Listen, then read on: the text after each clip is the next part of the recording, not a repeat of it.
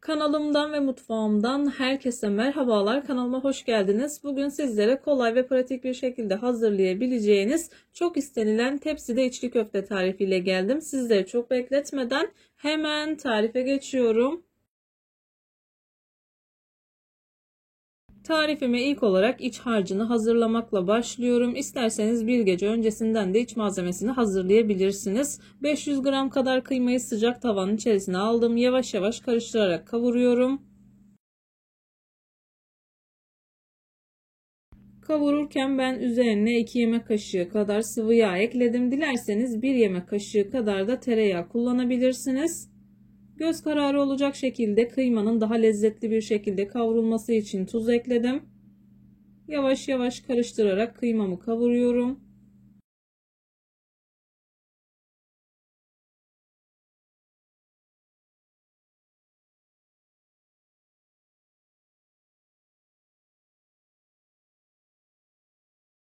Kıymayı rengi dönünceye kadar kavurdum. 3 adet soğanı yemeklik olarak doğradım. Hemen üzerine ekleyip kavurmaya devam ediyorum. İsterseniz soğanları daha da küçük doğrayabilirsiniz.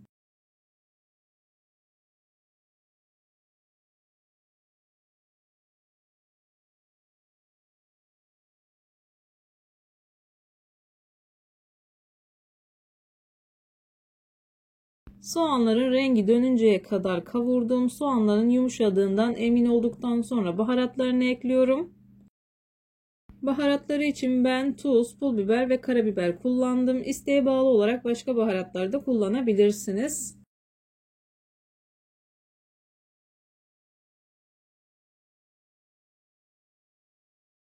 Baharatlarını ekledikten sonra ocağımın altını kıstım. 1-2 dakika kadar daha karıştırdıktan sonra ocağımın altını kapatıyorum. Soğuması için kenara alıyorum.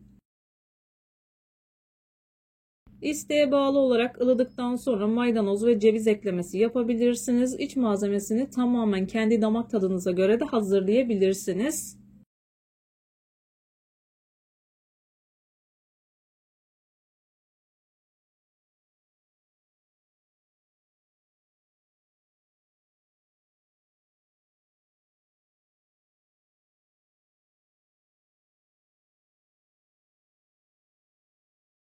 İç harcını hazırladım. Soğuması için kenara aldım. Bulgurumu ıslatmakla devam edeceğim. 3 bardak bulgurun üzerine 1 bardak irmik ekledim. İrmiğin üzerine 1 tatlı kaşığı kadar tuz, 1 tatlı kaşığı kadar da pul biber ekledim. Acısını tamamen kendi damak tadınıza göre ayarlayabilirsiniz. Şöyle bir karıştırdıktan sonra üzerine 1,5 bardaktan biraz daha fazla olacak şekilde sıcak su ekliyorum. Ben genel olarak suyu kaynattıktan sonra 5 dakika kadar bekletip o şekilde bulguru ıslatıyorum.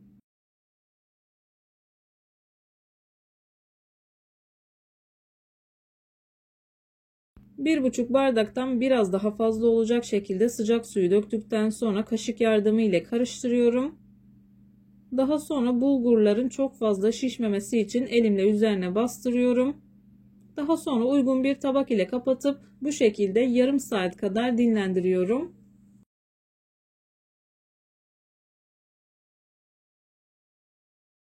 Videomu tam da buraya kadar izlediyseniz her zaman olduğu gibi sizlerden ricam yoruma kalp olur, emoji olur veya tarifim hakkında farklı bir fikriniz varsa bunu da benimle paylaşabilirsiniz. Ayrıca videolarımı sevdiğiniz kişilerle de paylaşarak bana bu şekilde destek olabilirsiniz. Bulguru yarım saat kadar dinlendirdim. Bu aşamada biraz sertleşiyor. Bulguru açtıktan sonra çiğ köfte tepsisine boşaltıyorum. Çiğ köfte tepsisinde bulguru biraz daha açıyorum.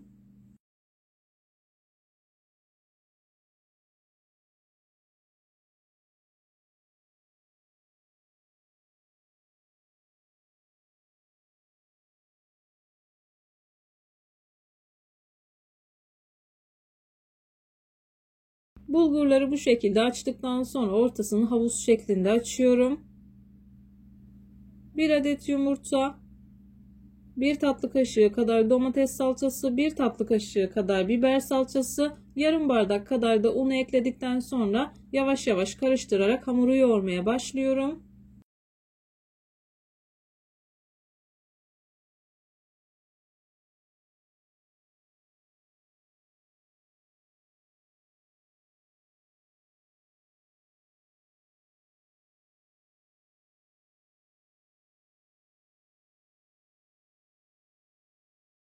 Malzemelerimi şöyle bir karıştırdıktan sonra azar azar elimi ıslatarak hamurumu yoğurmaya başlıyorum.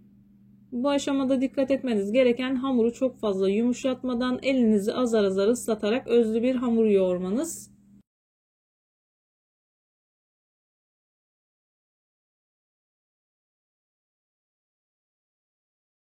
İçli köfte yaparken yapılan en büyük hatalardan biri yumuşak bir hamur yoğurmaktır. Hamuru yumuşak yoğurduğunuz zaman hamur elinizde parçalanıyor. İlerleyen dakikalarda hamurun kıvamını yakından göstermeye çalışacağım.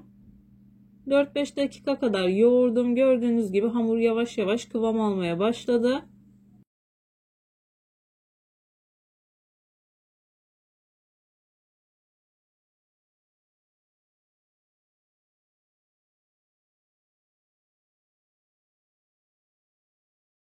Masada yoğurmak biraz zor olduğu için şöyle bir toparlayacağım. Toparladıktan sonra yerde yoğurmaya devam edeceğim.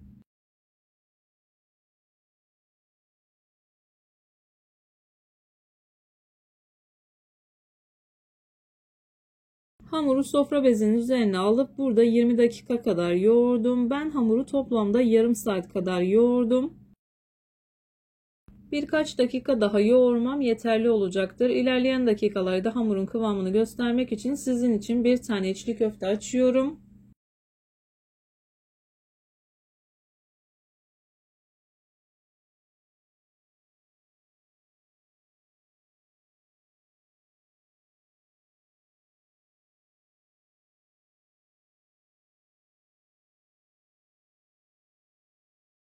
Hamurumu toparlıyorum. Hamuru toparladıktan sonra bir parça koparttım. Elimle yuvarladıktan sonra silindir şekline getirdim. Elimi ıslatıp yavaş yavaş içli köfteyi açıyorum. İsteğe bağlı olarak içli köfteleri bu şekilde de açıp hazırlayabilirsiniz. Ayrıca birçok sevilen içli köfte tarifime yine kanalımdan ulaşabilirsiniz. Hamurumu hazırladım. İsterseniz üzerini streçle kapatıp yarım saat kadar dinlendirebilirsiniz. Ben hiç dinlendirme yapmadan yağlı kağıdı ortadan ikiye kestim. Ben borcamın içerisine göre ayarladım.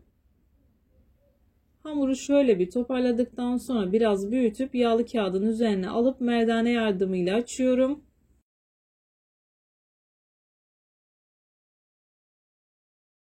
Eğer siz bu şekilde açamazsanız tepsiyi bir yağladıktan sonra parça parça kopartıp birbirine ek yaparak yine aynı bu şekilde hazırlayabilirsiniz. Ama merdane ile açıldığı zaman çok daha pratik oluyor. Ara ara üzerini ıslatmayı unutmayın. İçli köfte hamuru merdaneye yapışmaya başladığında hemen üzerine biraz su sürün. Kontrollü bir şekilde borcamın büyüklüğüne göre açıyorum. Kenarlarını hamur kartı ile bu şekilde düzeltip yamuk olan yerlere yama yapıyorum. Bu şekilde üzerine koyup düzeltiyorum. Merdane ile üzerinden geçiyorum.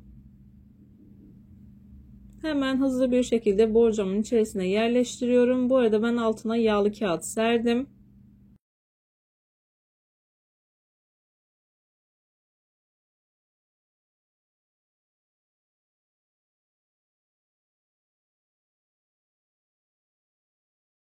Hamurun kenarındaki fazlalıkları kestikten sonra hazırladığım iç harcını koyuyorum.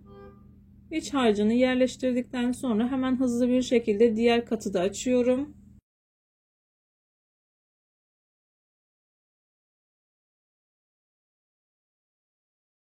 Diğer katını da aynı şekilde açtım. Videonun çok fazla uzun olmaması için o aşamayı göstermedim. Hamuru hemen videoda görüldüğü gibi çevirdim. Tam o aşamada kameradan çıktı. Kontrol ettiğimde çekmediğini fark ettim. Hemen hızlı bir şekilde tekrardan kayıda geçtim. Kenarlarını yine hamur kartı ile düzeltiyorum.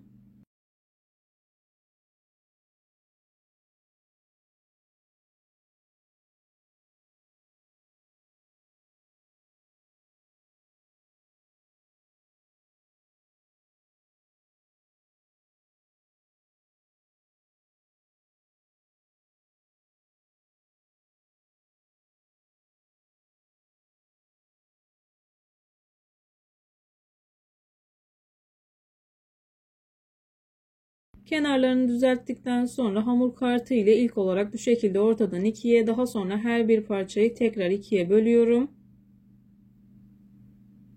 Diğer tarafı da 3'e böldükten sonra içli köfteyi hazırladım. Üzerine 1 çay bardağı kadar sıvı yağını döküp güzelce yağladıktan sonra önceden ısıtılmış 180 derecelik fırında altı üstü güzelce kızarıncaya kadar içli köftelerimi pişiriyorum. Videolarımda yapmış olduğum tariflerin elimden geldiği kadarıyla püf noktalarını vermeye çalışıyorum. Ama yine de aklınıza takılan herhangi bir şey olursa yorumlara yazarsanız gördüğüm zaman sizlere dönüş sağlarım. Yine aynı zamanda videonun altındaki açıklama kısmına malzeme listesini tam not olarak ekleyeceğim. Dilerseniz oradan da bakabilirsiniz. İçli köfteyi hazırladım. Altında yağlı kağıt olduğu için biraz zor alıyorum. Gerçekten mükemmel bir içli köfte oldu. Ben sürekli olarak yapıp sattığım için benim tercihim değil ama içli köfte yapamayanlar için mükemmel bir tarif. Hemen ayrıntılı bir şekilde iç dokusunu da yakından göstermeye çalışayım. Sizler içli köftenin güzelliğini izlerken bu arada ben de videonun sonuna gelmek üzereyim. Sizlere veda edeyim.